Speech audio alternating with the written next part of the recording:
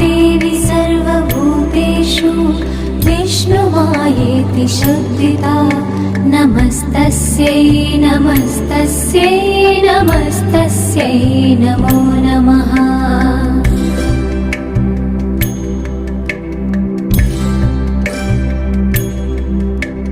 या देवी सर्वभूतेषु चेतनेत्यभिधीयते नमस्तस्यै नमस्तस्यै नमस्तस्यै नमो नमः।